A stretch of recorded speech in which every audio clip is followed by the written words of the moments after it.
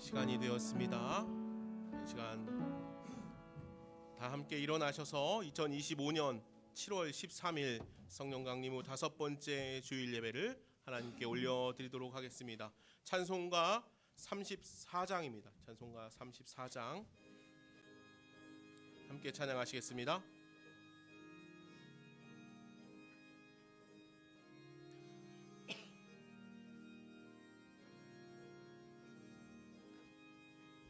참 놀랍도다 주 크신 이름 온 세상 중에 다 전파하라. 주 예수의 세상 다스리시니 그 높으신 이름 참 영화롭다. 능력으로 늘 보하고 늘 우리 곁에 함께 계시네. 그 보좌 앞에서 큰 무리 모여 구속하신 주를 찬양하리라. 저 보좌 위에 앉으신 주께 큰 소리 높여 영광 돌리세. 저 천군 천사들 그 보좌 앞에 다 머리 숙여서 경배드리네. 주 하나님께 더 찬양하라. 영광과 권능 지혜와 존귀 저 천사와 함께 주께 돌리고 그 영원한 사랑 다 감사하세. 아멘.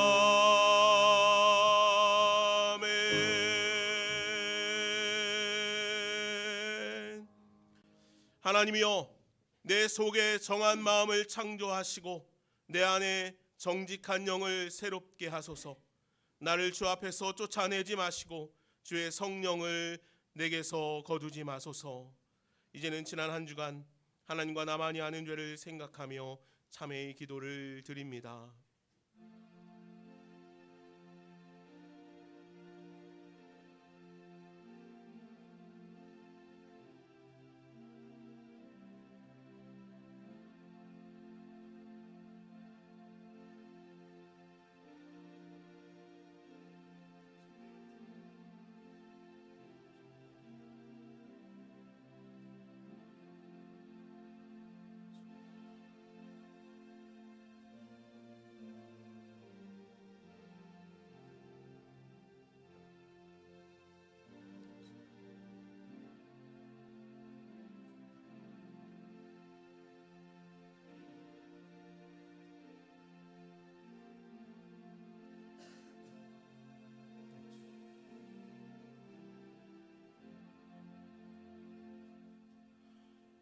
온 우주 만물을 창조하시고 온 열방을 다스리시는 하나님 아버지, 이 땅에 주님의 은혜가 충만하기를 원하옵나이다.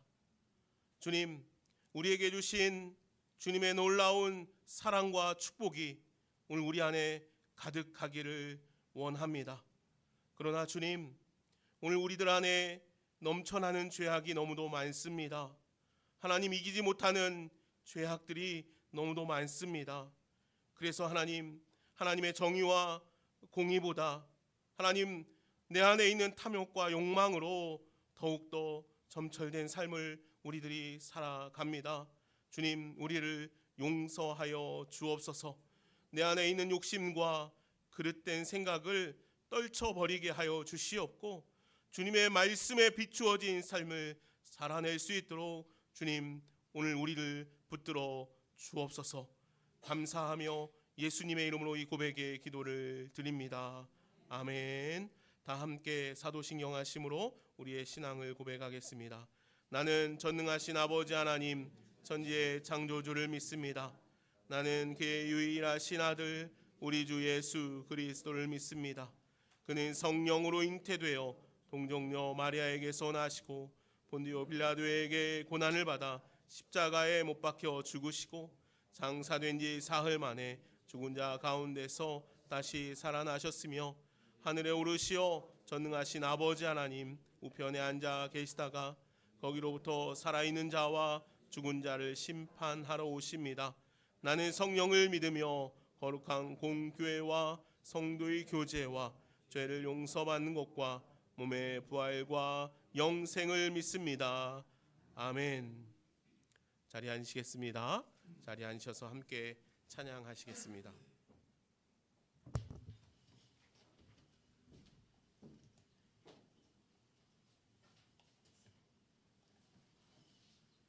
예, 찬송가 445장입니다. 찬송가 445장입니다.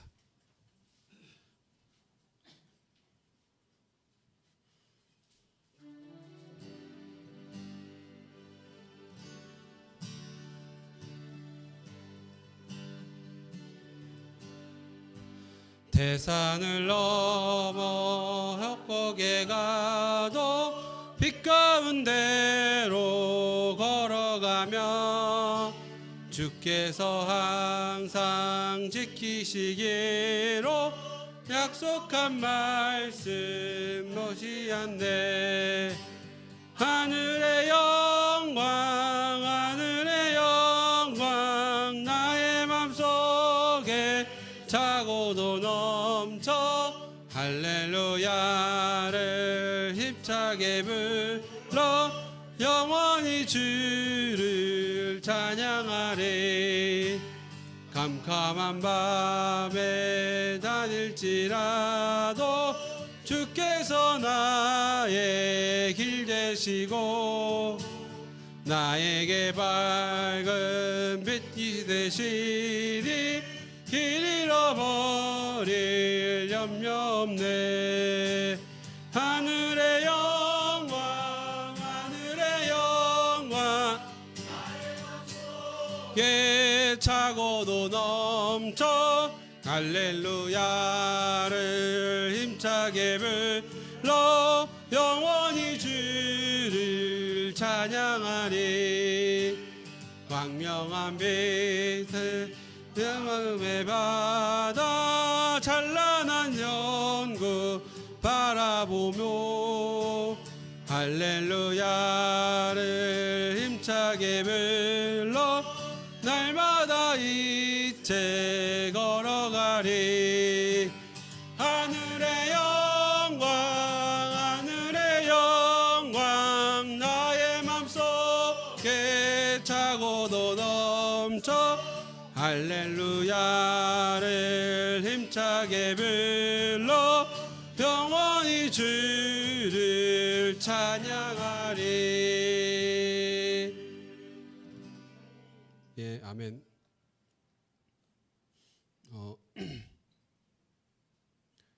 찬송가 384장입니다.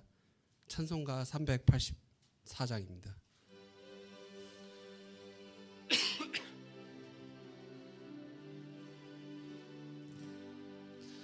나의 갈 길 다가도록 예수 인도하시니 내 주 안에 있는 긍휼 어찌시 말이오. 믿음으로 사는 자는 하늘 위로 받겠네. 무슨 애를 만나든지 만사 형통하리라. 무슨 애를 만나든지 현사 형통하리라.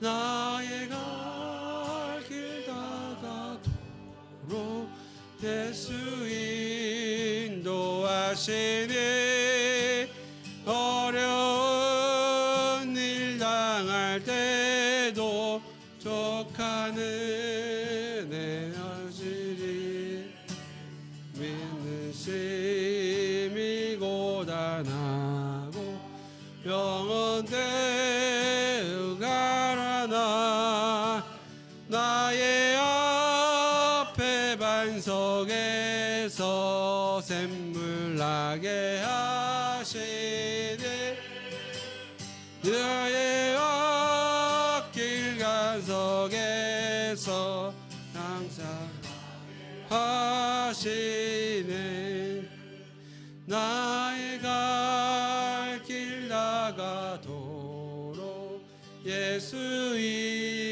인도하시니 그의 사랑 어찌 큰지 알 수 없도다 나는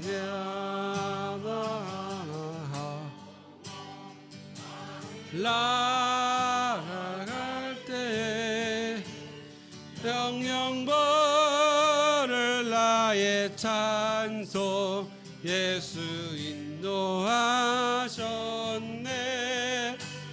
영영벌을 나의 찬송 예수 인도하셨네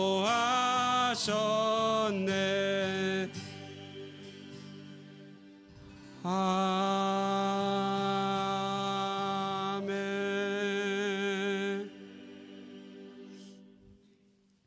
예, 마지막으로 찬송가 94장 찬양 후에 이혜인 집사님께서 찬양하겠습니다. 기도하겠습니다. 찬송가 94장입니다.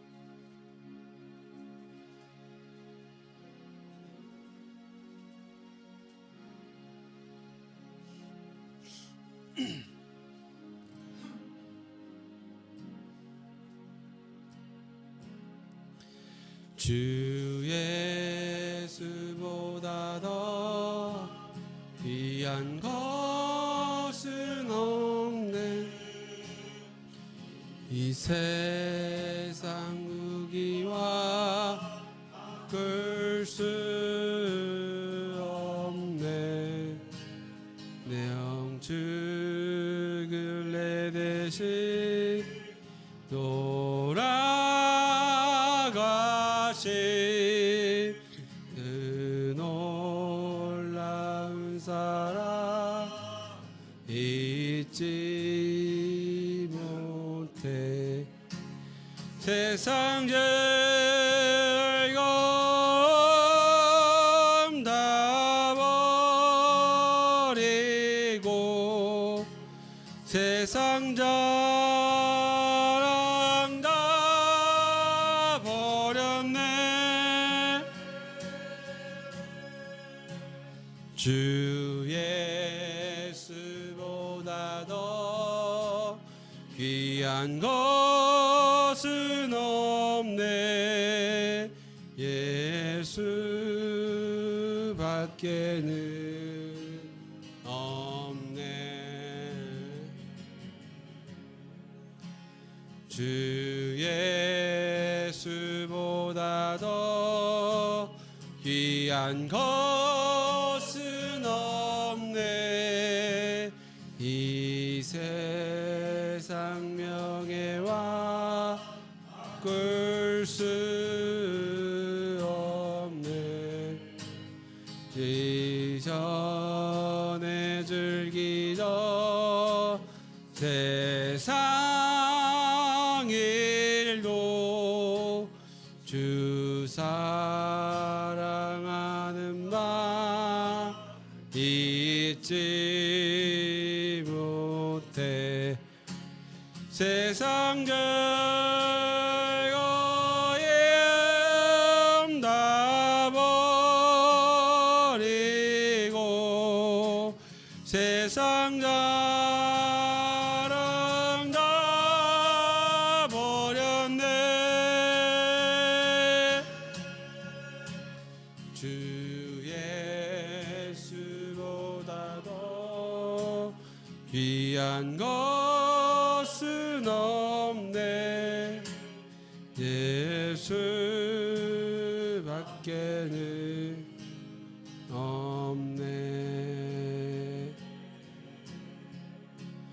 주 예수보다 더 귀한 것은 없네 이 세상 누구가 바꿀 수 없네 유혹과 핍박이 몰려와도 주 섬기는 내 맘 뺏지 않아 세상 즐거움 다 버리고 세상 자랑 다 버렸네 주 예수보다 더 귀한 것은 없네 예수밖에는 없네.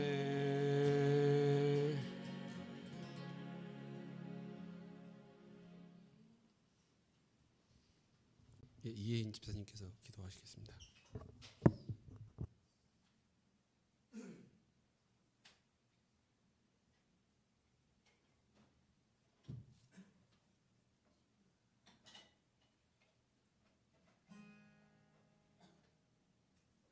사랑과 은혜가 풍성하신 하나님 아버지, 오늘도 거룩한 주일 주님의 전에 모여서 함께 예배하게 하심에 감사드립니다.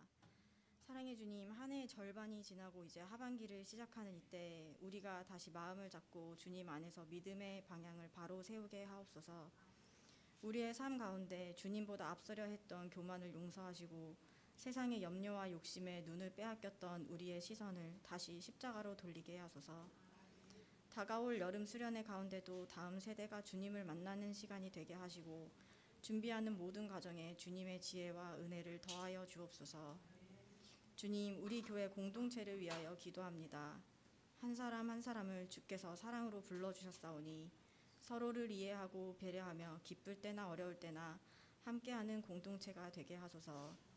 특히 마음이 지친 이들, 병중에 있는 이들, 홀로 외롭게 예배드리는 이들이 있다면 공동체가 사랑으로 그들을 품게 하시고 하나님의 따뜻한 위로가 닿게 하옵소서. 또한 교회 곳곳을 손보고 주먹밥 봉사로 이웃을 섬기고 청소로 섬기는 성도들의 손길을 기억하여 주시고 이 예배를 위해 보이는 곳부터 보이지 않는 곳까지 힘쓰는 손길도 기억하여 주셔서 주님의 사랑 안에 위로를 받고 힘을 얻을 수 있도록 도와주시옵소서.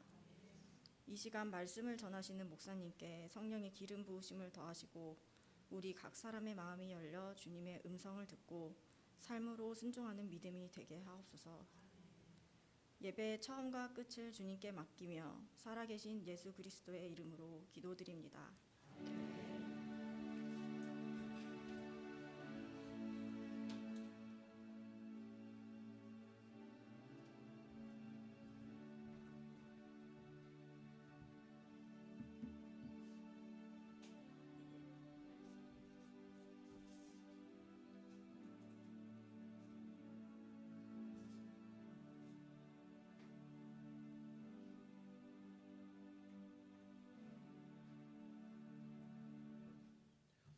시간 축복의 노래 함께 부를까요? 주님의 사랑이 당신을 통해 세상 가운데 전해지기를 원합니다. 이 시간 축복하며 노래하겠습니다.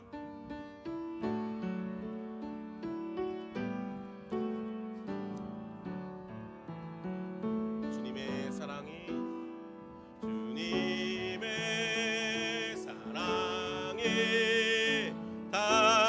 당신을 통해 온 세상 가운데 전해지기를 주님은 나무 주님은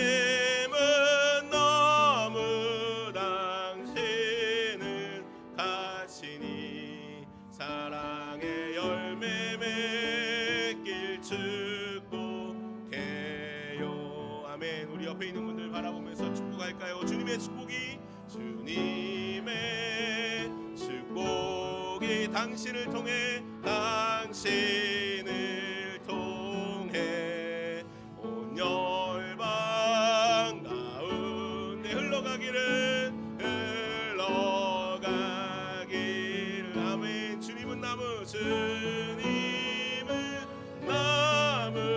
당신은 가시니 사랑의 열매 맺길 축복해요. 아멘. 사랑의 열매 맺기를 축복합니다. 사랑의 열매 맺길 축복해요.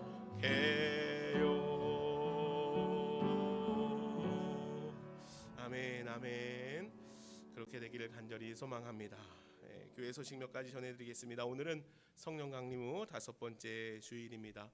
오늘은 또 김동호 목사님 인도 첸나이 한인 장로교회로 파송하는 선교사 파송 예배로 함께 드립니다. 그래서 오늘 말씀은요, 제주 영락교회 원로 목사님이신 김정서 목사님께서 말씀을 전해 주십니다. 우리 목요 나눔 계속 하고 있습니다. 여러분들 기억해 주시고, 목요일은 이웃을 위해 기도하는 날입니다. 이웃을 위해서, 어려운 이웃을 위해서도 여러분들 마땅히 기도하고, 또 여러분들 주변에 있는 이웃들, 또 우리 믿음의 형제들을 위해서도 늘 여러분들 기도하는, 목요일은 이웃 기도를 위한 날이라고 기억하시고, 그렇게 늘 함께 기도함으로 동참해 주셨으면 좋겠습니다. 교회학교 여름 캠프 일정이 기록되어 있습니다. 여러분들 기도해 주시고요, 또 협력해 주시고, 우리 아이들이 잘 이번 여름 캠프를 통해서 또 더 믿음의 성장이, 또 은혜의 시간들이 일어나게 해달라고 여러분들 기도 많이 해 주시기를 바랍니다. 그리고 우리 그 윤동한 형제 지난주에 결혼식 마치고 잘 내려왔습니다. 박혜선 자매는 오늘 몸이 조금 이제 안 좋아서 혼자 오늘 이렇게 일단 왔습니다. 잠깐 일어나면 축하합니다. 지난주에 결혼식 잘하고 왔습니다. 축하합니다. 결혼 축하합니다. 오늘 성경 암송입니다. 사도행전 1장 8절 우리 잘 아는 말씀인데, 암송하실 수 있는 분들은 그냥 하셔도 되겠고, 보면서 해도 되고, 암송 구절 한번 읽어볼까요? 시작. 오직 성령이 너희에게 임하시면 너희가 권능을 받고 예루살렘과 온 유대와 사마리아와 땅끝까지 이르러 내 증인이 되리라 하시니라. 아멘. 한 번 더 하실까요? 사도행전 1장 8절입니다. 시작. 오직 성령이 너희에게 임하시면 너희가 권능을 받고 예루살렘과 온 유대와 사마리아와 땅끝까지 이르러 내 증인이 되리라 하시니라. 아멘. 아멘. 우리 교회 성도님들이 그래도 요 구절 정도는 잘 외우시는군요. 바이블 타임 성경 읽기 열심히 해가고 계시죠? 무더위에 여러분들 성경 읽기 지치지 않고 또 열심히 해 가실 수 있으면은 좋겠습니다. 이 시간 말씀은 사도행전 13장 1절에서 5절에 있는 말씀입니다. 사도행전 13장 1절에서 5절, 신약성경 208쪽 정도에 있습니다. 사도행전 13장 1절에서 5절 말씀을 이제 제가 받들어 읽겠습니다. 안디옥 교회에 선지자들과 교사들이 있으니 곧 바나바와 니게르라 하는 시므온과 구레네 사람 루기오와 분봉왕 헤롯의 젖동생 마나엔과 및 사울이라. 주를 섬겨 금식할 때 성령이 이르시되 내가 불러 시키는 일을 위하여 바나바와 사울을 따로 세우라 하시니 이에 금식하며 기도하고 두 사람에게 안수하여 보내니라. 두 사람이 성령의 보내심을 받아 실루기아에 내려가 거기서 배 타고 구브로에 가서 살라미에 이르러 하나님의 말씀을 유대인의 여러 회당에 전할세 요한을 수행원으로 두었더라. 아멘. 하나님의 말씀입니다. 이 시간 가든지 보내든지 하라라는 말씀의 제목으로 김정서 목사님 나와서 말씀 전해 주실 때 큰 은혜의 시간 되기를 바랍니다.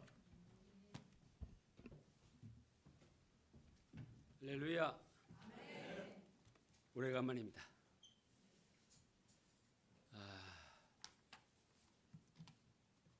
사도행전 1장 8절을 우리가 같이 암송했는데 이 사도행전 1장 8절은 사도행전의 요절입니다.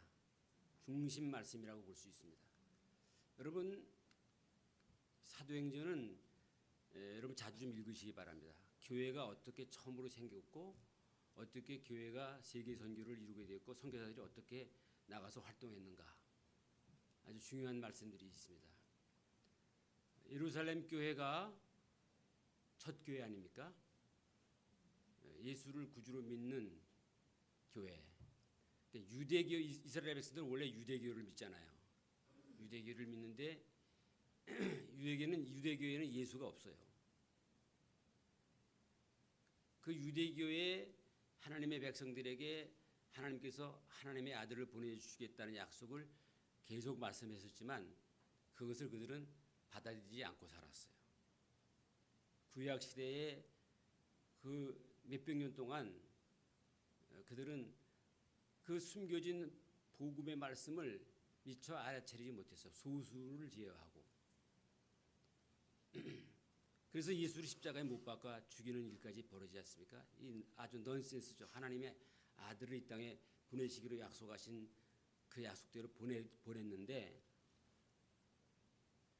그들이 그 예수님 하나님의 아들 예수님을 십자가에 못 박아 죽이는 이런 너무나 큰 범죄를 저질렀죠. 근데 예수님께서 그 죽으신 것은 사실은 우리 모든 인류의 죄를 위해서 유대인들만의 죄가 아니라 우리 모든 인류의 죄를 위해서 아담 이후에 하나님과 관계가 끊어진 이 모든 것을 다시 하나님과 연결시켜 주시기 위해서 예수님이 십자가에 우리의 죄를 짊어지고 죽으셨습니다. 그리고 다시 부활하셨습니다. 그 부활 후에 예수님의 제자들을 또 예수님 따르는 무리들을 만나시고 하신 말씀이 바로 오늘 우리 여러분들 같이 외운 이 사도행전 1장 8절입니다. 오직 성령이 너에게 임하시면 너희가 권능을 받고 예루살렘과 사마리아와 땅끝까지로 내 증인이 되리라. 예루살렘 교회가 그렇게 시작됐어요.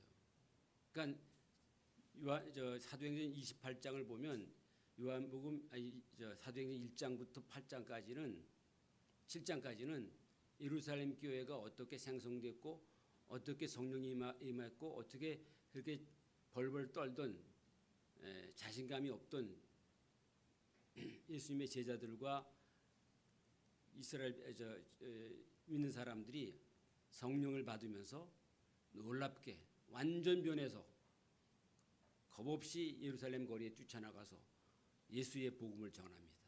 다시 말하면 십자가에 죽은 그분이 바로 우리의 구원자이시고 그분이 하나님이 약속하신 메시아이고 그분이 우리 죄를 위해서 죽으셨다가 부활하셨다. 담대히 외치지 않습니까? 핍박에도 불구하고. 그러니까 너무나 놀라운 변화가 일어났어요. 그래서 아마 예루살렘에 있던 사람들도 유대 사람들도 깜짝 놀랐을 겁니다. 어떻게 저 사람 저렇게 겁없이 저렇게 담대해졌을까? 예수님의 제자들 11제자와 이제 마띠아가 다 포함돼서 12사도가 됐는데 그들과 120명의 무리 그들이 폭발적으로 성령의 놀라운 능력으로 복음을 전하게 되죠. 그리고 모여서 기도하게 됩니다. 베드로가 거리 나가서 외치고 설교할 때 이스라엘 백성들이 어찌할꼬 깜짝 놀라서 회개합니다. 성령의 역사죠.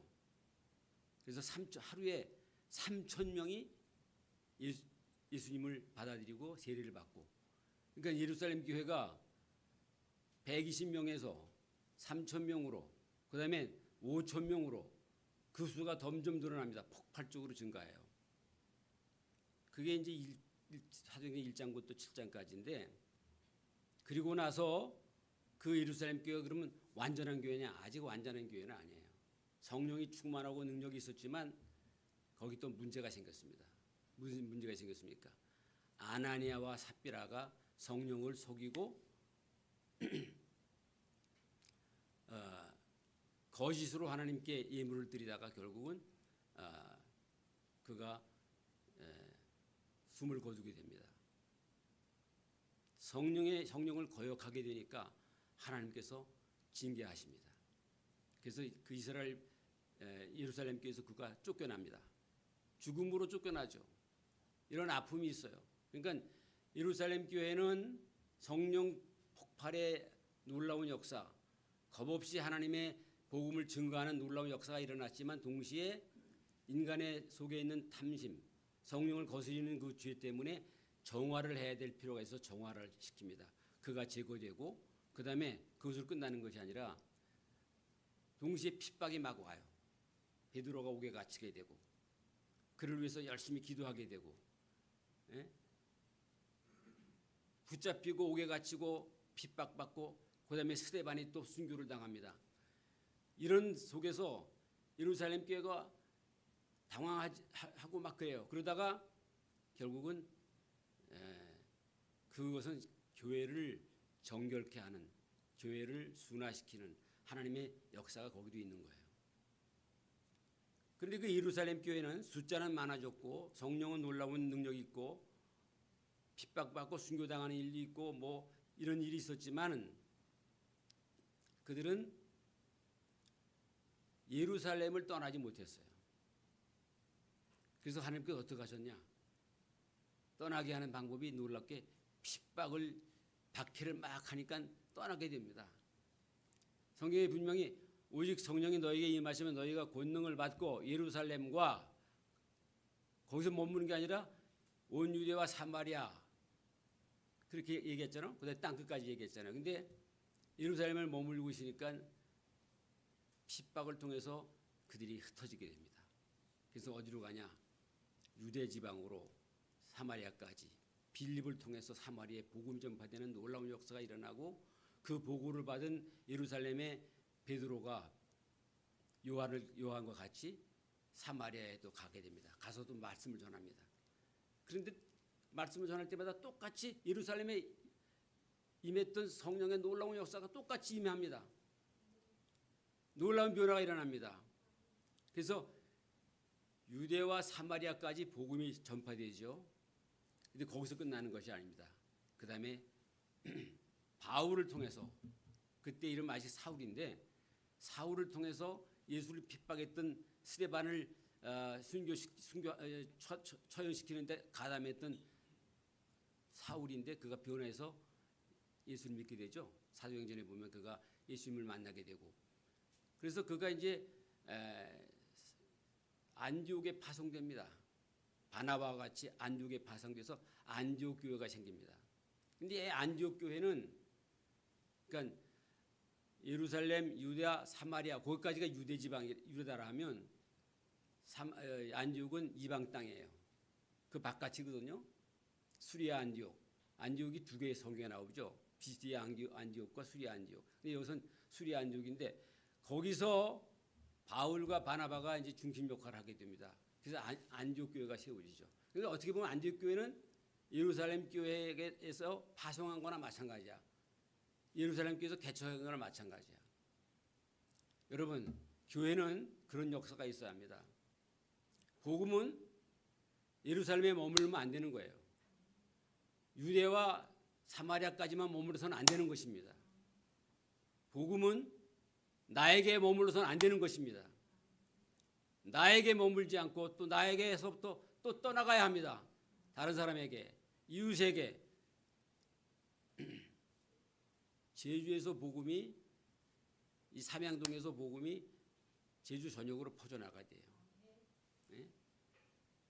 여러분들이 여기 삼양동이죠. 삼양동 맞아? 삼양동인데 삼양동에 있는 좋은 씨앗 교회가 좋은 씨앗을 뿌리면서 이 복음이 삼양에서 삼양이 예루살렘이라고 하면 그 다음에 유대와 사마리아는 제주 다른 지방이야. 예? 앞으로 그렇게 좋은 씨앗 교회가 다른 지방 제주의 다른 지방에도 교회를 세울 수 있길 바랍니다. 사마리아 땅에 복음이 전파되듯이. 그래서 거기서 머무르도 안 되는 게 어떻게 해요? 그 다음에 다른 지역까지 이방 땅까지. 예? 유대와 사마리아와 땅 끝까지 복음이 전파되도록 그다음에 선교 역사를 더 넓혀가야 되는 거야. 예루살렘 교회는 아주 성령 충만하고 능력이 있고 서로 나누고 떡을 떼고 서로 친교하고 아름다운 역사가 있었습니다. 그러나 동시에 성령을 거스리는 아나니와 삽비라 같은 사람이 있어서 마음의 상처를 받았습니다. 그래서 교회를 정화시키는 작업을 하나님께서 성령께서 하신 거죠. 그를 쫓아냅니다. 그의 숨통을 끊어버립니다. 그리고 거기 또 머무는 게 아니라 핍박을 받습니다. 핍박 가운데서 그들은 움츠러들지 않고 나가서 순교를 당합니다. 그러면서 복음을 전합니다. 그래서 유대로 사마리아 퍼져나가죠. 그게 예루살렘 교회로 하면 안디옥 교회는 좀 달라요. 안디옥 교회는 예루살렘 교회는 유대 백성들 중심의 사람들이에요. 이방 사람들이 거의 없고 교회는요 다양성이 있어야 돼요. 근데 이 안디옥 교회는 다양해요. 바나바, 사울을 중심으로 해서 그다음에 여기 오늘 말씀 보면 거기 1절에 보면 안디옥 교회에 선지자들과 교사들이 있으니 곧 바나바와 니게르라는 시므온. 이게 니게르라는 말은 라틴어로 말하면 이게 흑인을 말합니다. 흑인. 그런데 동시에 시므온이라는 말은 이건 시므온은 헬라 말 히브리 말이거든요. 그러니까 아마 니게르 그러니까 흑인으로서 예수를 영접한 그런 사람인 것 같아요. 그다음에 구레네 사람 루기오와 분봉왕 헤롯의 젖동생 마나엔. 이 마나엔 분봉왕 헤롯의 젖동생이니까 헤롯은 이게 아주 못된 임금이었잖아요. 그 젖동생이니까 아마 같이 유모의 젖을 같이 먹고 자란 아마 지배계층의 사람인 것 같아요. 왕가에서 헤롯의 젖동생이니까 유모의 젖을 같이 먹고 자랐으니까 그래도 권력 있는 사람 아니겠습니까? 그 출신 마나엔 그리고 사울. 다양해요. 여기는 이 중심 인물이 다양하다는 것은 이방 땅에 세워졌으니까 또 예루살렘의 유대 사람들만 있었던 거와는 또 달라요. 교회는 어떤 의미에서 이렇게 다양성이 있어야 되는 거예요. 네? 오늘 예배 참석하신 여러분들 육시 출신 한번 손 들어보세요. 육시 출신 손 들어보세요. 다 육지 출신일까? 제주 사람들이 육지 것들이라는데 육지분들, 저도 육지분이 육지 것들입니다. 그 나머지는 그러면 제주 분들이죠. 제주 출신이죠. 이 다양해야 돼.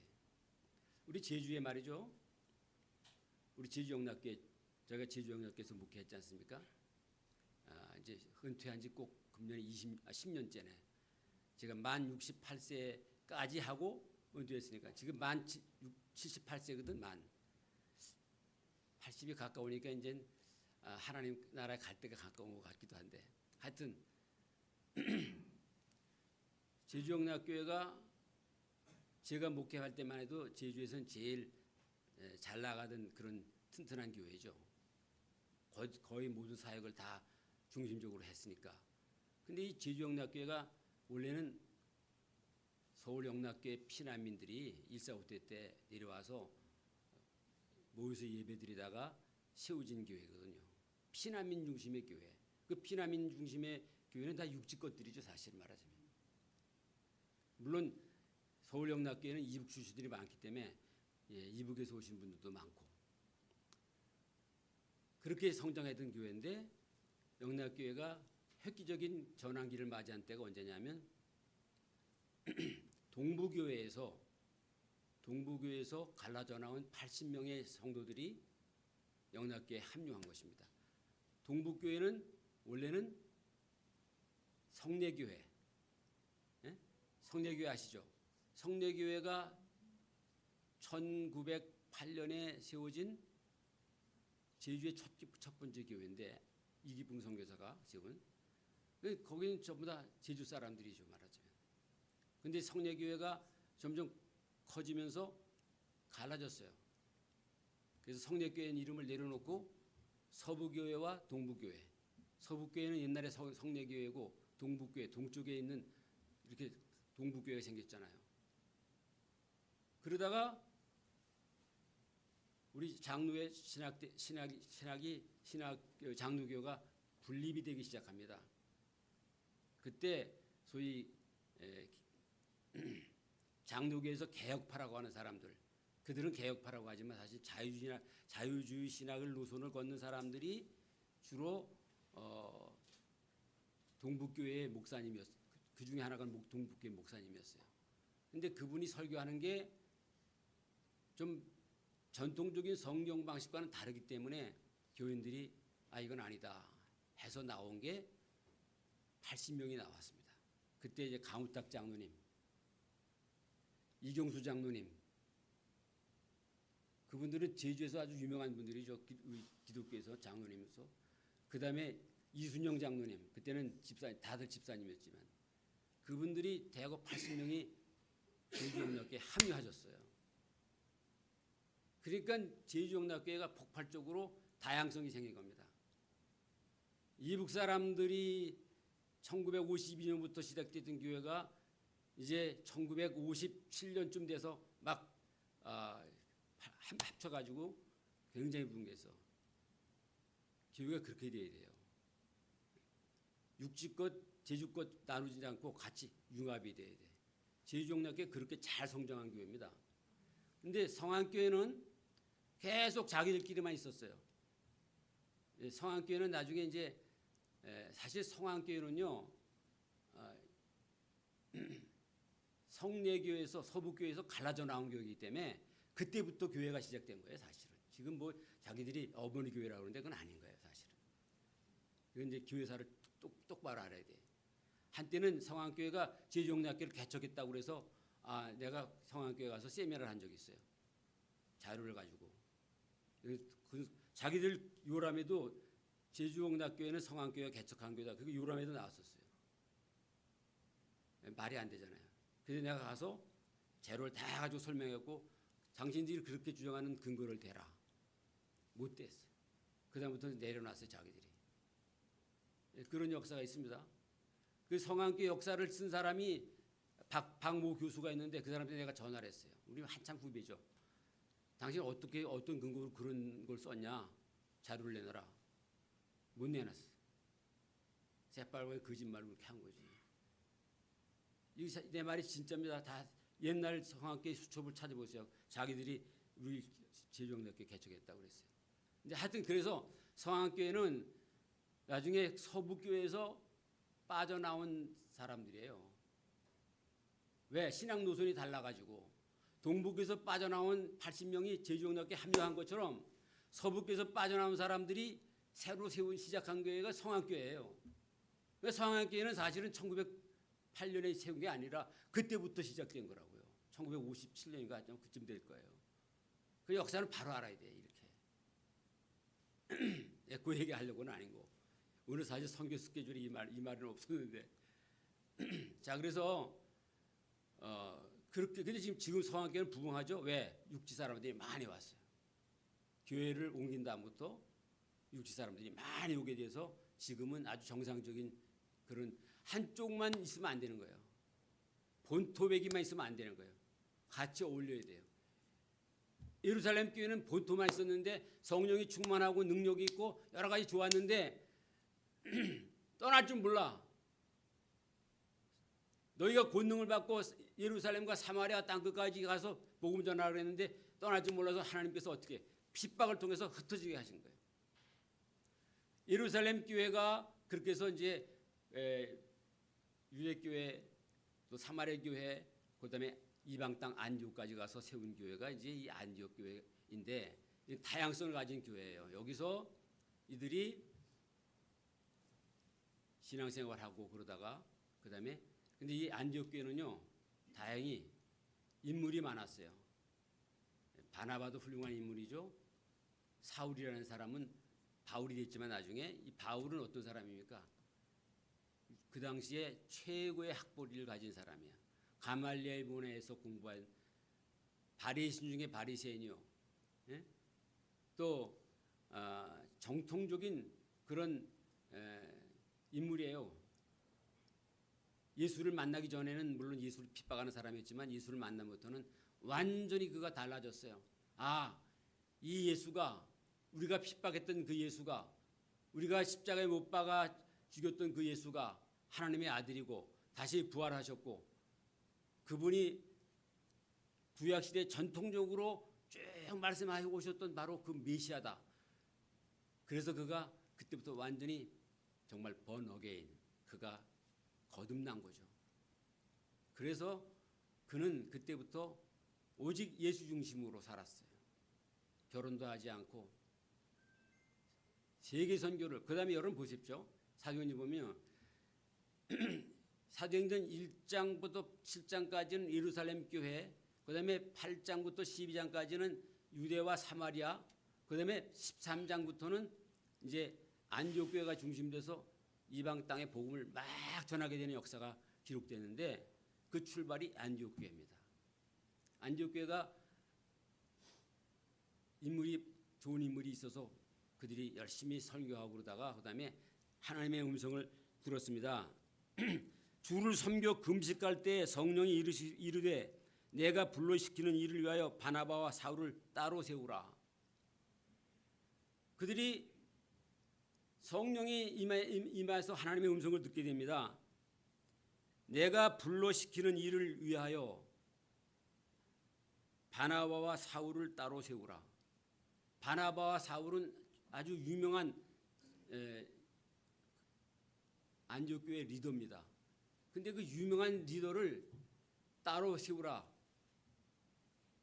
그래서 그렇게 그 명령을 듣고 이들이 성령 충만해서 기도하기 시작합니다. 금식합니다. 여러분, 금식은 그냥 하는 게 아니죠. 예? 한번 해보자 하고 하는 게 아니라 금식은 정말 중요한 일로 놓고 예? 금식이 뭡니까? 음식을 안 먹는 거 아닙니까? 음식을 절제하면서 안 먹으면서 오직 기도하기 위해서 어떤 목표가 있기 때문에 그런 거죠. 심심풀이로 금식합니까? 요즘은 뭐 살 빼는 겸해서 금식하는 사람도 있긴 있더라고요. 근데 금식은 분명한 목표가 있어야 기도하는 겁니다. 중요한 일 때문에 기도하는 것입니다. 그렇지 않습니까? 부모님 중에는 아들의 대학 입시를 놓고 금식하는 분도 계시더라고요. 가족이 심각한 병으로 고생하기 때문에 금식기도 하는 분들도 있더라고요. 이렇게 중요한 일 때문에 금식하면서 하는데 중요한 일인 걸 알고 그들이 금식하면서 기도합니다.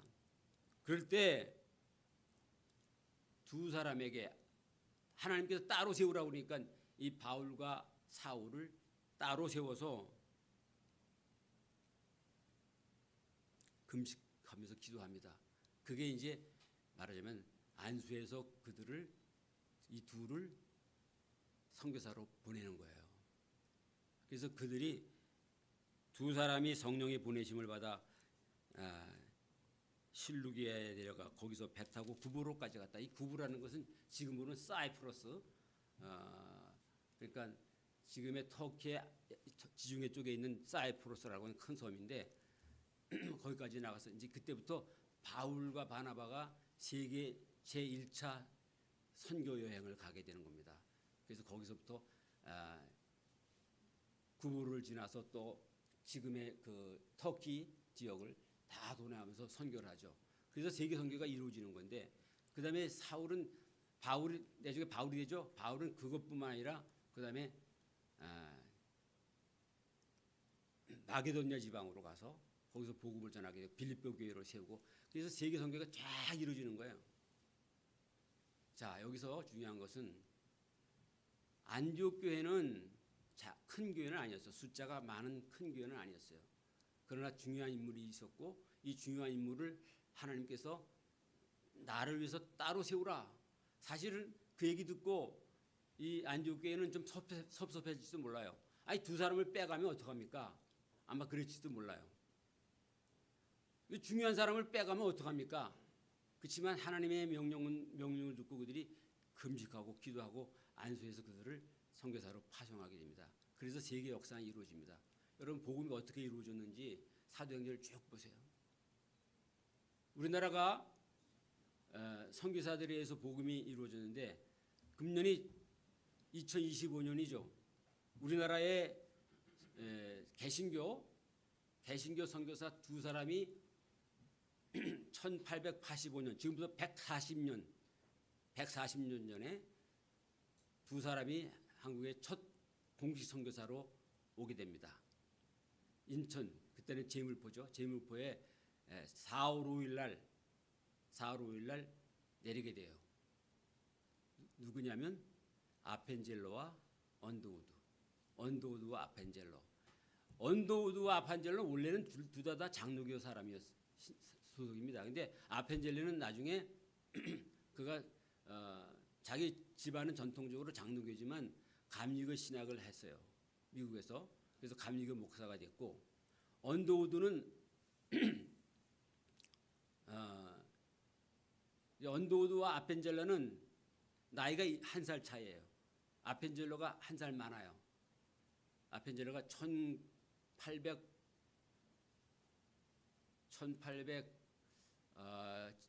몇 년씩 하여튼 1살 차인데 언더우드가 26살 때 아펜젤로는 27살 때 그때 둘 다 감리교 선교사 파송을 받고 장로교 선교사 북장로교 선교사 파송을 받고 올라오다가 한국 상황이 여의치 않아서 일본에 같이 머물렀어요. 일본에서 같이 만났어요. 그 일본에서 같이 만나가지고 같은 배를 타고 제물포에 왔어요. 같은 날짜에 왔죠. 근데 아펜젤로는 1살 많은데 27살 때, 언더우드는 26살 때. 아펜젤로는 이미 결혼을 했습니다. 근데 언더우드는 총각으로 왔어요. 그리고 한국에 와서 이 조선의 땅에 와가지고 1985년부터 복음을 전하면서 언더우드는 한국에서 결혼했어요. 선교사와 같이 결혼했어요. 자기보다 나이가 조금 4살인가 5살 위하고 결혼했어요. 그래서 그리고 이제 아펜젤로는 배제학당을 세웠고 언더우드는 경신학교와 연세대학을 세우고 이렇게 해서 복음을 막 퍼뜨리고 그다음에 한국 장로교 최초의 교회가 세문안교회인데 세문안교회를 1900 몇 년도인가 7년인가 그때 세웠나? 세문안교회를 그때는 세문안교회가 원래 세문안교회가 아니라 정동장로교에서 거기 정동지역이니까 정동지역이 선교사들의 센터였어요. 감리교 선교사나 장로교 선교사가 정동장로교인데 그게 나중에 이제 세문안교회가 된 거죠. 그걸 세웠고 그게 장로교의 첫 번째 조직교회가 1907년에 1907년인지 언제인지 확실히 않은데 하여튼 그때쯤 언더우드가 세웠고 언더우드가 그 외에도 많은 교회를 세웠어요. 그리고 언더우드가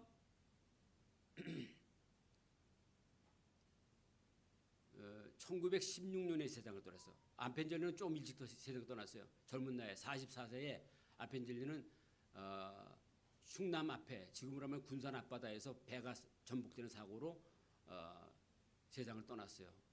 젊은 나이에 44세 아펜젤로가 1904년인가 그렇게 세상을 떠났어요. 일찍 떠났죠. 그다음에 언더우드는 1916년에 세상을 떠났습니다. 오래 살지는 못해서 다 복음을 전하기 위해서 아주 여러 가지 고된 생활을 많이 했기 때문에 그런 줄 아는데 그리고 언더우드의 아들이 원한경 언더우드의 한국 이름은 원두입니다. 원두. 언더우드의 아들이 원한경 한국 이름이 원한경이 또 그 대를 이었고 그다음에 원한경의 아들이 원일한 장로님. 우리 교회 한번 왔었어요. 제주옥락교회. 제가 그 세문안교회 부목소리 있을 때 그 원일한 장로님이 세문안교회 장로님이었거든요. 그리고 언더우드의 원일환 장로님의 원일환 장로님은 2004년인가 세상 떠나셨어요. 그리고 원일환 장로님의 그 아들이 이제 원한석 피터 언더우드 지금도 아마 한국에 있을 겁니다. 연세대학 교수로 있으면서 그렇게 해서 4대까지 지금 아마 5대까지 쭉 한국에서 이렇게 활동하고 있는데 참 놀라운 일이죠. 그분들의 복음의 역사는 우리가 잊을 수가 없는 거예요. 그들이 한 게 너무너무 많아요. 예? 많은 교회를 세우고 경신학교를 비롯해서 여러 학교 그다음에 연세대학을 세우고 이게 다 그 언더우드 가문이 한 놀라운 일입니다. 자, 그런데 여러분들 이제 오늘 중요한 이제 설교를 마치 너무 길죠. 설교가 너무 길어져서 미안합니다. 선교는 아까도 얘기했지만 복음은 나에게 머물면 안 돼요. 복음은 나를 통해서 또 떠나가야 돼요. 흘러가야 돼요.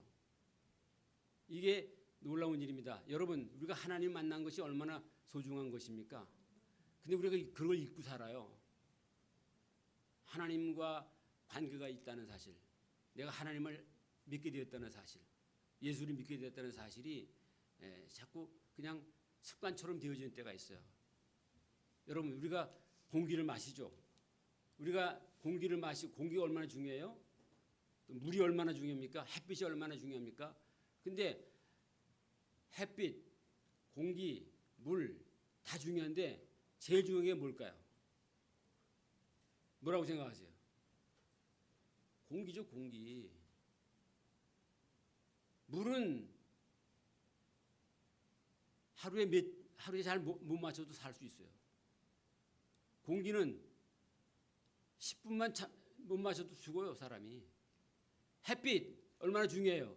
그렇지만 너무 더울 때는 햇빛이 좀 구름이 좀 햇빛을 가렸으면 좋겠다. 그럴 때가 있잖아요. 아주 소중한 것이지만 그럴 때가 있어요. 햇빛이 너무 지겨울 때가 있다. 너무 뜨거우면. 너무 물이 넘쳐서 장마가 지면 또 물 때문에 아주 그냥 지겹잖아요.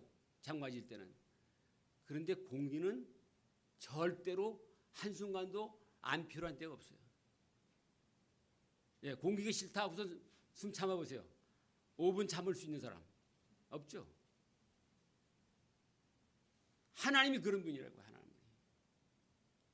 공기를 이렇게 늘 마시면서 가장 중요한 것을 마시면서 우리가 그 고마움을 모르고 살듯이 우리가 하나님 믿고 예수 믿고 사는 것을 감격을 가질 때가 있었지만 그것을 잊어버리고 살 때가 너무 많은 거예요. 자, 이제 우리가 다시 이제 성경으로 돌아가서 오늘 우리 좋은시작교회가 참 큰 일을 하는데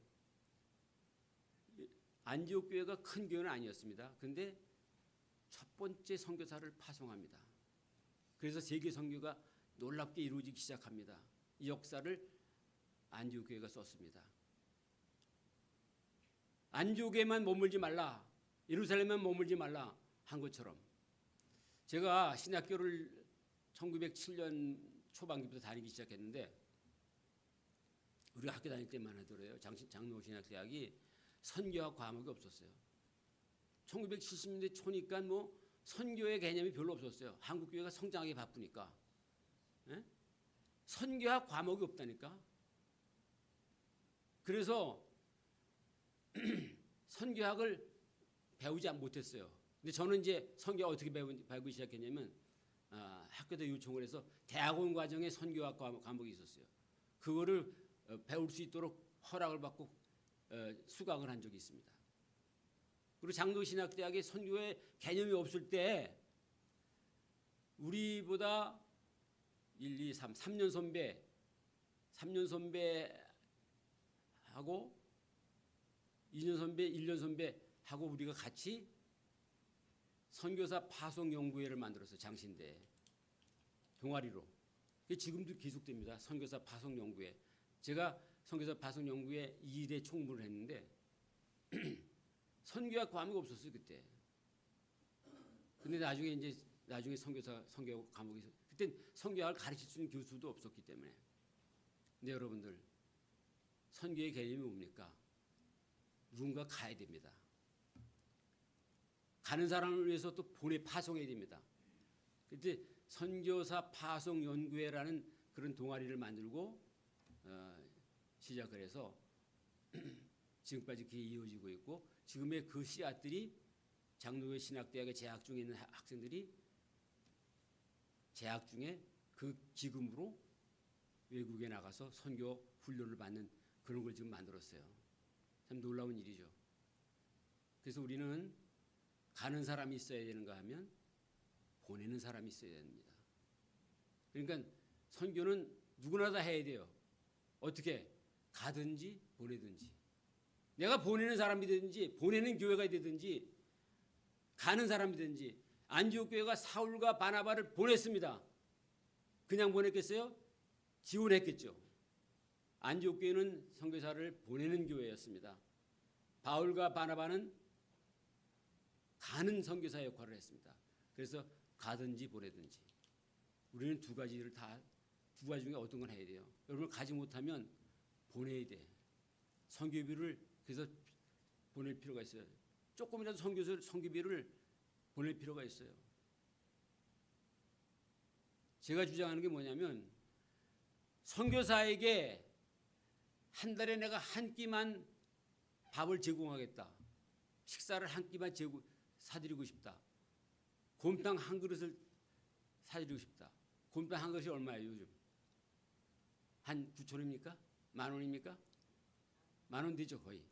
그러면 선교사에게 한 달에 내가 한 번 더 대접하고 싶다. 한 번 대접해야지. 그럼 10,000원이라도 선교금을 내는 게 필요하겠죠. 이건 뭡니까? 보내는 선교사의 입장에 보내는 자의 입장입니다. 보내는 자. 가는 자가 있어야 되죠. 가는 사람이 또 없으면 어떻게 선교가 되겠습니까? 김동훈 목사님이 가게 됩니다. 가는 게 쉽습니까, 여러분? 언두우드가 26살 때 한국에 그때 조선이 무슨 문명국입니까? 정말 형편없던 나라잖아요, 그 당시에. 예? 근데 26살 그 꽃다운 나이에 한국에 왔어요. 최고의 공부를. 언더우드가요, 뉴욕 대학 출신이에요, 뉴욕 대학. 그다음에 신학교는 뉴브런스윅이라고 해서 뉴저지주에 있는 신학교인데 개혁교회 출신입니다. 그런 젊은이가 말이죠, 선교하겠다고 미개한 나라에 온 거예요. 아펜저로도 마찬가지입니다. 선교사들이 많이 우리나라에 와서 죽었어요. 일찍 병들어 죽고 자녀들이 죽고 얼마나 많은 고통을 당했는지 몰라요. 근데 선교사들이 그렇게 막 쏟아져 들어오면서 우리 한국이 복음화된 거예요. 여러분들, 우리는 복음이 나에게 정치되지 않도록, 여기서 머물지 않도록 그렇게 역사를 하시기 바랍니다. 우리 좋은시학교회가 역사는 짧고 교인들 많지 않지만 선교사를 파송하게 되고 선교사를 지원한다는 게 너무나 감사한 일입니다. 잘한 일입니다. 앞으로도 이 좋은시학교회가 이런 놀라운 역사를 이룰 수 있기를 바랍니다. 여러분들, 우리 모두가 다 가든지 보내든지 선교에 참여하는 우리 모두가 될 수 있기를 바랍니다. 하나님 아버지, 감사합니다. 오늘 좋은시학교회가 우리 김동훈 목사님을 인도에 파송하는 그런 아주 보람 있고 기쁜 일을 하게 되었습니다. 하나님께서 영광 받으실 줄로 믿습니다. 보내는 교회로서 보내는 자의 사명을 하는 저희가 되게 하시고, 또 가는 자는 가는 자답게 복음을 들고 외롭지만은 힘들지만은 타지에 나가서 복음을 전하는 놀라운 일을 함으로써 가면서 보내면서 하나님께 영광을 돌릴 수 있는 이 땅에 복음이 널리 충만하게 퍼져나가는 일에 함께 참여하는 기쁨과 감격이 있게 하여 주시옵소서. 예수님의 이름으로 기도드립니다. 아멘.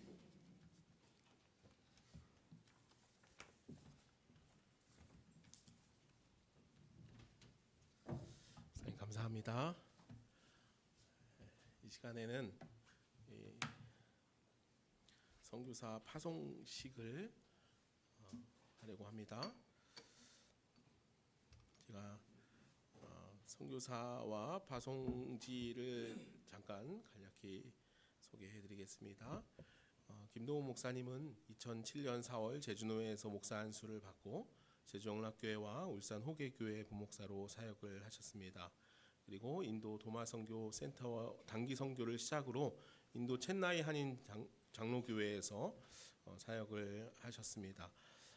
그 사역을 중심으로 해서 2020년 9월부터 인도 첸나이 한인교회 담임 목사로 청빙을 받아 사역을 하셨습니다. 그런데 이때는 코로나 기간이기도 했고 여러 가지 사정으로 여기서 이제 온라인 사역, 이제 설교 사역과 또 기도 사역 등등 온라인 사역으로만 하시다가 이제는 인도 첸나이 한인 장로교회에서 다시 가시게 되었습니다. 그래서 한인교회이기는 하지만 인도라는 선교적 사명이 절대적으로 필요한 나라에 가시게 되었기에 우리 좋은 씨앗교회에서 함께 협력하고 동역하기를 원하며 김동훈 목사님을 선교사로 파송하고자 합니다.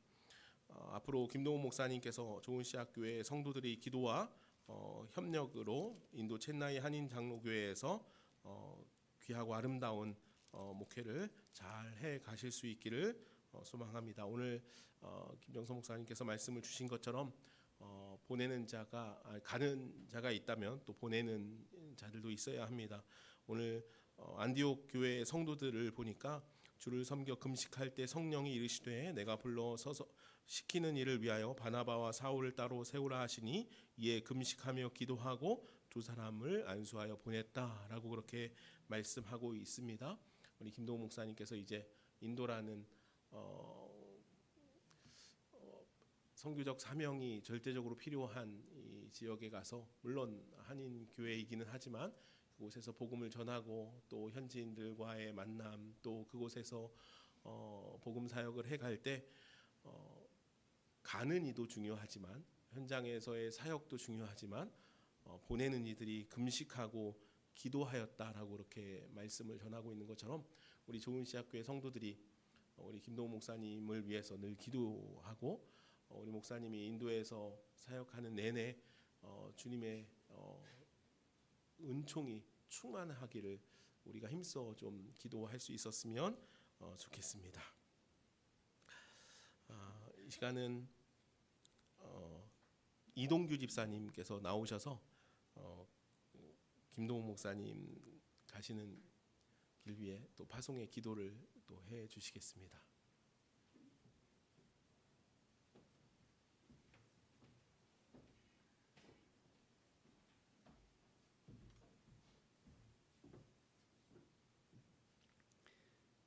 사랑하는 아버지 하나님, 감사합니다.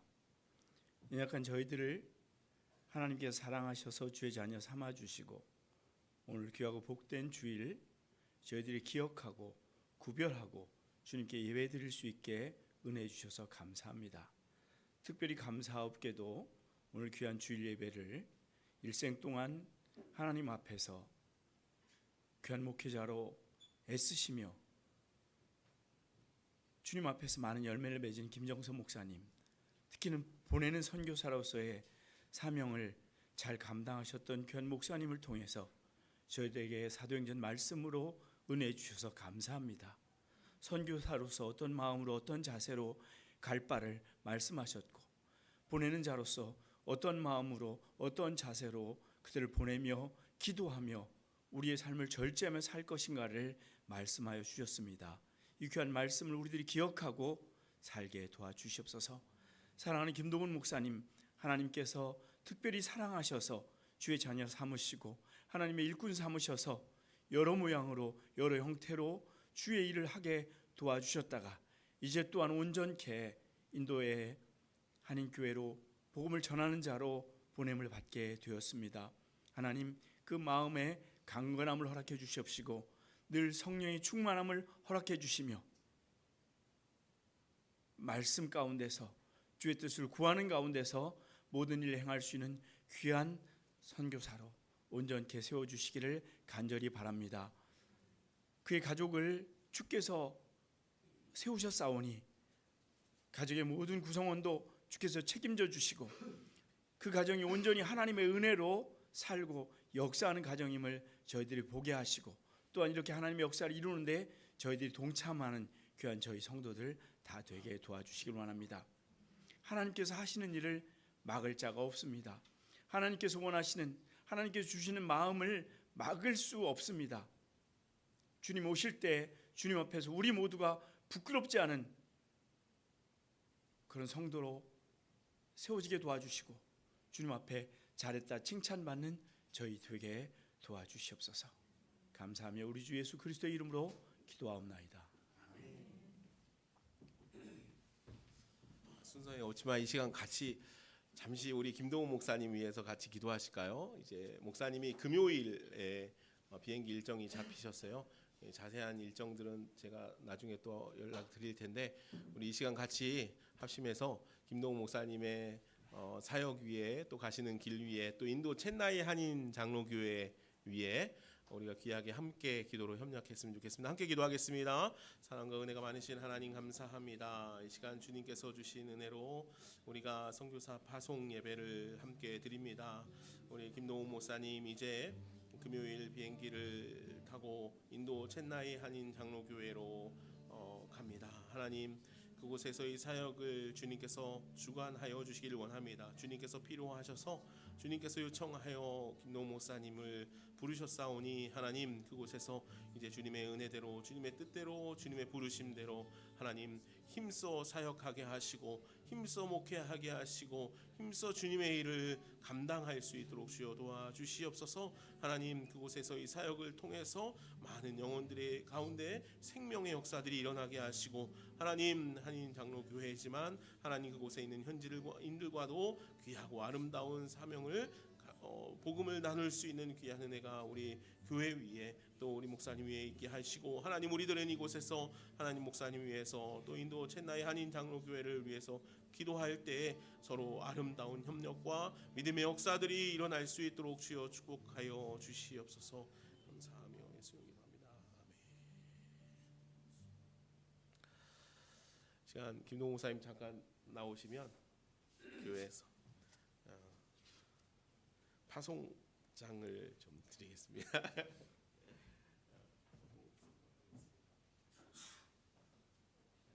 선교사 파송장 김동은 목사. 오늘 우리 좋은 시학교회는 사도행전 13장 47절 내가 너를 이방의 빛으로 삼아 너를 땅끝까지 구원하게 하라는 말씀을 우리에게 주신 명령으로 받들어 김동은 목사를 인도 첸나이 한인 장로교회에 선교사로 파송함을 선언합니다. 2025년 7월 13일 대한예수교 장로회 제주노회 동미시학교회 담임목사 김한승 목사회 요일동.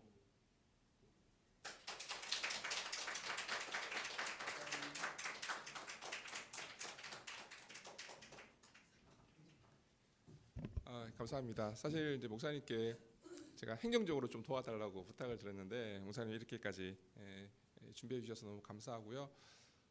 인도에서 사실 연락 왔을 때 고민이 많았어요. 그런데 인도에서 연락 왔을 때 제일 먼저 하셨던 말씀이 저를 두고 한 3, 4개월 이미 기도를 하고 계셨다라고 말씀을 하셨어요. 그래서 어려운 상황임을 저도 잘 알고 있었고 그래서 사실 고민이 많이 됐어요. 우리 김정숙 목사님도 걱정을 많이 해주셨고 그래서 한국에 있는 게 맞지 않을까라는 이제 그런 고민들도 있었고 했는데 인도는 그래서 제가 생각하기에는 또 제가 그곳에 관계를 했었고 또 제가 가지 않으면 또 좀 어려운 그런 상황들도 있고 해서 그렇게 결정을 하게 되었습니다. 그런데 이제 그 인도 가는데 여러 문제들이 있어요. 그래서 지금도 이제 비자 문제가 100% 해결된 상황은 아니라서 이제 비자가 이제 문제들 때문에 제가 생각보다 자주 또 한국에 나와질 수 있는 그런 상황이 또 될 수도 있어요. 그래서 앞으로 이제 비자 문제가 좀 잘 해결돼야지 저희가 그곳에 좀 정착할 수 있는 그런 어려움들도 있고 또 가족들도 지금 함께 들어가지 못하는 그런 상황이에요. 여러분들이 함께 기도해 주시면 감사하겠고 목사님 주신 말씀을 생각해 보니까 그래도 좀 감사한 게 인도가 한인 교회이기는 하지만 인도 분들이 계시거든요. 원래는 이제 인도 분들로 시작했던 교회이긴 하지만 한인들이 많아지면서 그렇게 됐는데 제가 있을 때는 이제 인도 분들이 2분이 계셨어요. 그런데 지금은 이제 인도 분들하고 이제 한인들하고 결혼을 해서 그분 가정들도 지금 3분 가정이 더 늘어났다고 제가 들었어요. 그래서 한인 교회지만 그 가운데 또 같이 현지인들과 좀 섞일 수 있는 그런 교회가 돼야 되겠다. 목사님 말씀을 들으면서 그렇게 생각이 또 들었습니다. 그래서 인도 교회들도 저희가 함께 섬기면서 그 사역들을 좀 잘 감당할 수 있도록 노력하겠습니다. 여러분들도 기도해 주시면 감사하겠습니다. 감사합니다.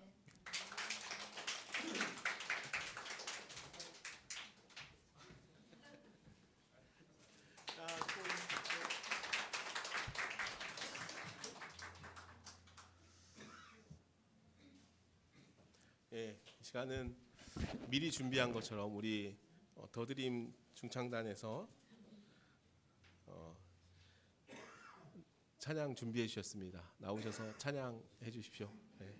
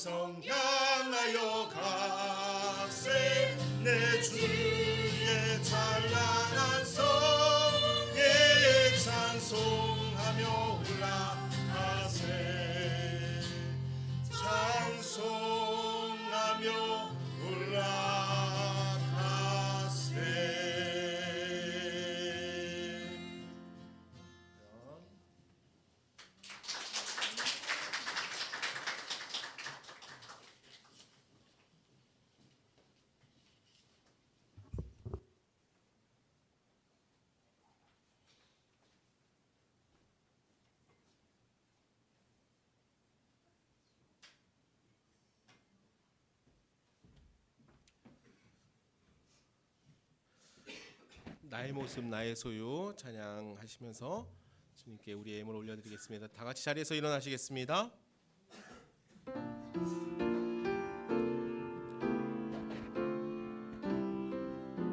찬양 후에 김정성 목사님 나오셔서 보험 기도와 축도해 주심으로 예배 마치겠습니다.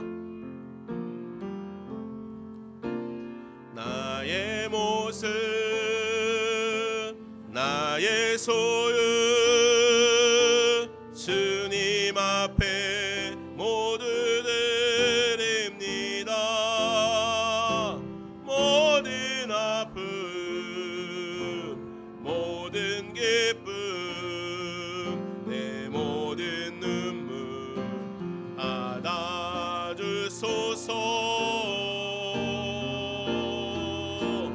나의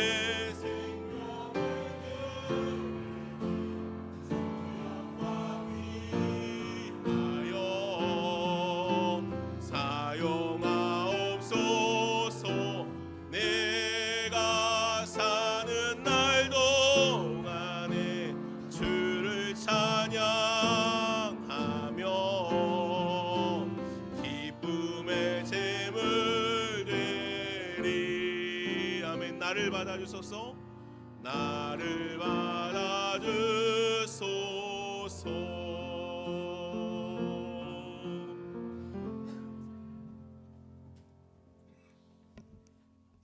하나님 아버지, 우리의 육신이 한시라도 살게 되는 것은 공기가 있어서입니다. 산소를 먹지 않고는 살 수 없는 우리 육체를 가진 인간입니다. 우리 영혼은 공기 같은 참 하나님, 우리의 영원한 성부 하나님 때문에 우리가 존재하고 우리가 하나님 만나는 기쁨과 감격 속에 살아가는 것을 감사 찬양드립니다. 아버지 하나님, 우리가 이 땅에 살면서 하나님께서 허락하셔서 살고 있는 여러 가지 물질들, 그 가운데 구별해서 이 시간 주 앞에 봉헌합니다.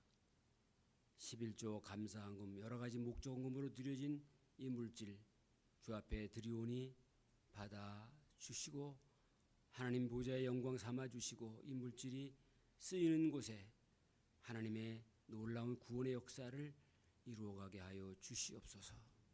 성도들의 손길과 가정과 사업과 경영하는 일과 사랑하는 가족들, 자녀들 주의 평강으로 늘 함께 하시고 감사하며 번영하며 기쁘게 살아가는 성도들이 되게 해 주시기를 원합니다.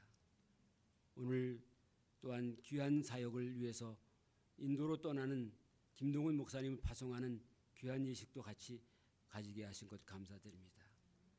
우리 좋은 씨앗 교회는 보내는 자의 사명을 다하게 하시고 또 인도로 떠나는 김동훈 목사님은 보냄받은 자의 사명을 감당해서 그 지역에 그 모든 주의 백성들 가운데 놀라운 복음의 역사를 일으켜낼 수 있는 주의 종의 사명 감당하게 하여 주시옵고 그 앞길을 축복하시고 건강과 또 성령의 충만함으로 인도하시고 은혜를 더하여 주시옵소서.